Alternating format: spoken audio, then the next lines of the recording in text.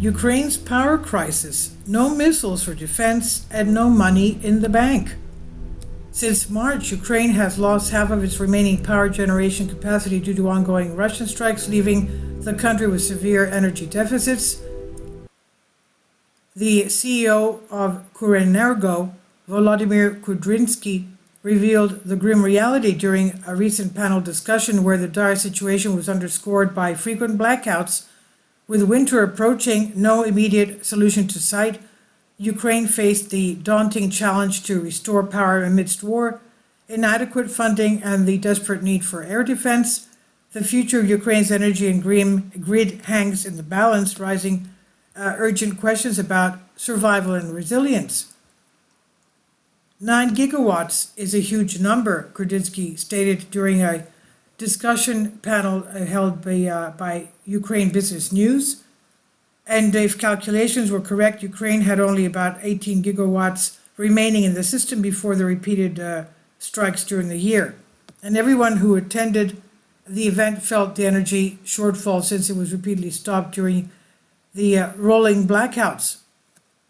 Now, even in the summer, when consumption is 40 to 45% lower than the winter, he said, we have power deficit that cannot be covered by electricity imports from Europe, Kudrynsky said, adding that a number of EU countries are now transferring 1.7 gigawatt of energy to Ukraine to help with the deficit. But in response to the subsequent Kiev Post question, Kudrynsky declined to comment on the electricity capacity used last year and required for the upcoming winter. And according to DTEK's Ukraine declining energy condition is primarily due to lack of air defense missiles. It appears that for every missile that we have right now, 6 Russian missiles are coming in. If 10 missiles are coming in, you need at least 12 in the air, they said. So he's also blasted Kiev's insufficient investment in the private sector and poor governance, which aggravated the problem. In Ukraine, no capital is in private hands, he said. The funds only go from government to government. The private sector is zero right now, he said, adding that it would cost over $1 billion to restore a single gigawatt of energy, regardless of the source of energy.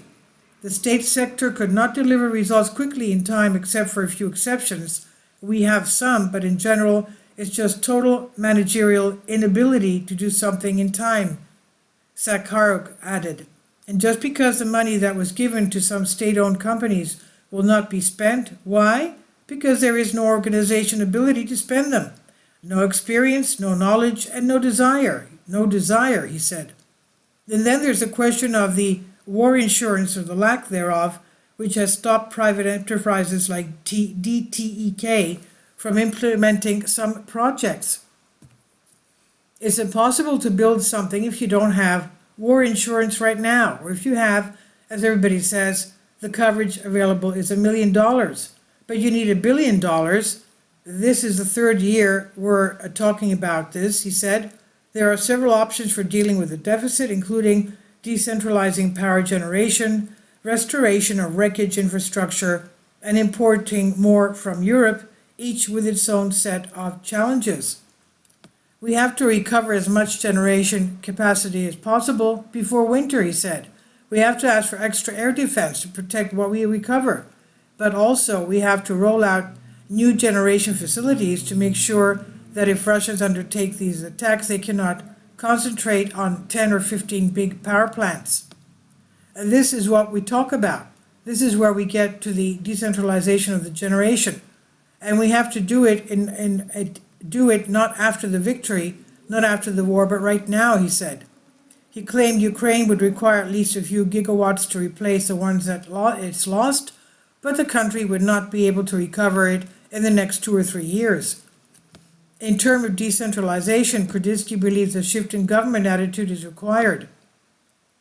Aside from governance, it's considered the establishing new decentralized facilities would take years, making it a long-term solution that would not be able to address Ukraine's crisis this winter.